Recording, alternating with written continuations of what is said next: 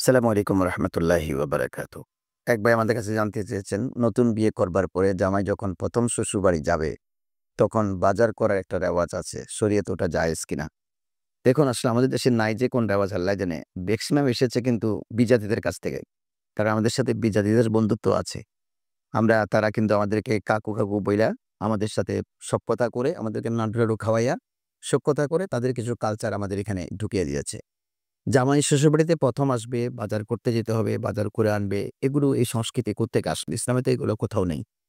বরঞ্চ আমাদের দেশের কিছু সংস্কৃতি আমাদেরকে এমনভাবে পেয়ে বসেছে। আমি আপনাকে একটা প্রশ্ন করি যে, ছেলেটা সবেমাত্র বিয়ে করেছেন, মেয়ের জন্য গহনা, অলংকার, শাড়ি-চুড়ি কিনেছেন, বেশ কিছু খরচা করেছেন। এখন ছেলের কাছে আর কোনো টাকা নেই। ছেলে এখন শ্বশুরবাড়ি বেড়াতে এসেছেন, ৪ কেজি মিষ্টি নিয়ে আসবেন। এটাও তার জন্য কষ্ট হচ্ছে। আমরা জানি বিয়ের শাদী তো আমরাও করেছি।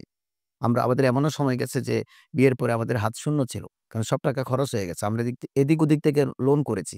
লোন ছাড়া পুরুষরা বিয়ে করা বড় কঠিন এখন। কারণ বিয়েতে খরচা বেশি। ১ম ১ ভরি স্বর্ণ দিতে হলে এখন যাবে ৳১,৬১,০০০। ৳১,৬১,০০০ দিয়ে তখন আমরা পুরো বিয়েই তুলে ফেলেছি। এখন তো ১ ভরি স্বর্ণতেই কিন্তু ৳১,৬১,০০০ চলে যাবে।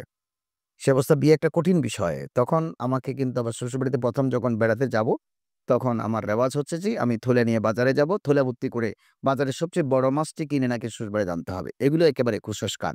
ইসলামে এগুলো কোনো ভিত্তি নেই। হ্যাঁ, ১ম বার বেড়াতে গেলে কিনতে হবে। এটা কি ব্যাপার? আমরা তাকে কেন বাজারে গিয়ে এত কষ্ট দেব?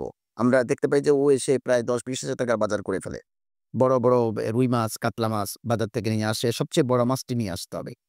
এটা তারা খুব মজা করে খাবে। এগুলো কিন্তু ঠিক না। বরঞ্চ হ্যাঁ, আপনার যখন শ্বশুরবাড়ি হয়েছে, আপনি তো শ্বশুরবাড়ির জন্য শ্বশুর-শাশুড়ির জন্য পছন্দের জিনিসটা কিনে নেবেন। তাতে কিন্তু গুনাহ নেই। এটা তো সওয়াবের কাজ। আমি তো একটু আগে বলেছি যে শ্বশুর-শাশুড়ি হচ্ছে মা এবং বাবার অ্যাবসেন্স এ আল্লাহর পক্ষ থেকে দেয়া আরেকজন একজোড়া মা-বাবা। আল্লাহর পক্ষ থেকে দেয়া আরেক জোড়া মা-বাবা। তারা সবসময়ই ছেলে এবং তাদের জামাইয়ের শুভাকাঙ্ক্ষী। সবসময়। আমি দেখেছি যে শ্বশুর-শাশুড়ি সবসময় মেয়ে এবং মেয়ের জামাতার জন্য দোয়া করে এবং মেয়ের জামাতা যখন বেড়াতে যাবে তারা কিন্তু আত্মহারা হয়ে ছুটে বেড়ায় যে জামাইকে কি খাওয়াবে? সবচেয়ে ভালো জিনিসটা খাওয়ানোর জন্য তারা চেষ্টা করে। এজন্য আপনি শ্বশুর-শাশুড়ির জন্য বাজার থেকে গিয়ে সবসময় কিছু কিনে আনবেন। আপনার তৌফিক থাকলে মাছ আনবেন, গোছ আনবেন, ফলমূল আনবেন, তরমুজ আনবেন বা কোনো পোশাক আদি কিনে দেবেন। এটা তো সওয়াবের কাজ। কিন্তু একেবারে ১ম বার আসলে যে এত বড়, বড় মাছ কিনে এনে তাকে শ্বশুরবাড়িতে নিয়ে আসতে হবে ঋণ করে হলেও, এটা কিন্তু কুসংস্কার। ইসলামের এগুলোর কোনো সাপোর্ট নাই। হ্যাঁ, বিয়ে-শাদী হয়ে যাবার পরে আস্তে, আস্তে যখন পুরাতন হবে, ছেলের যখন পকেট ভারী থাকবে, তখন সে বাড়িতে গেলে, বাজারে গেলে সে শ্বশুরের জন্য, শাশুড়ির জন্য পছন্দের কোনো জিনিস কিনে আনবে। সেটা কিন্তু অত্যন্ত ভালো কাজ। এটা শ্বশুর-শাশুড়ি তার জন্য দোয়া করবেন। আমরা তো এমন জামাই দেখেছি যে জামাই যখন বেড়াতে আসে, তখন শ্বশুরবাড়ি তার কোনো বাজারই করতে হয় না। ও আসবার সময় সবকিছু নিয়ে আসে। ওর তৌফিক আছে। বড় ব্যবসায়ী। সবকিছু নিয়ে আসে। মাছ, গোছ, চিনি, চা পাতা, বিস্কিট সব নিয়ে আসে। তখন শ্বশুর-শাশুড়ি বলে যে, "আমাদের জামাই আসলে আমরা কোনো কিছু কিনতেই হয় না। সে যা নিয়ে আসে সেটা দিয়ে আমাদের ২ মাস চলে যায়।" এটা তো লক্ষ্মী জামাইয়ের কথা। আবার মা-বাবাকে না খাওয়াইয়া নয়। মা-বাবার জন্য বাজার করবেন, শ্বশুরবাড়ির জন্য করতে কোনো অসুবিধা নেই।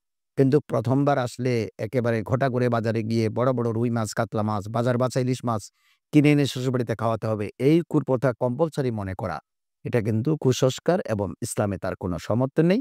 বরঞ্চ এটা বিজাতীয় মতবাদ থেকে আমাদের কালচারের মধ্যে প্রবেশ করেছে। আমরা আমাদের ছেলেরা যারা যৌক্তিক মানুষ, যারা পড়ালেখা করেছে, তারা আস্তে, আস্তে এই অযৌক্তিকতাগুলো আমাদের সমাজ থেকে দূর করতে হবে। এবং সমাজকে পরিচ্ছন্ন করতে হবে। ইসলামী রং দিয়ে সমাজকে সাজাতে হবে। নিশ্চয়ই আপনি বুঝতে পেরেছেন। আপনাকে অসংখ্য ধন্যবাদ। আসসালামু আলাইকুম ওয়া রাহমাতুল্লাহ।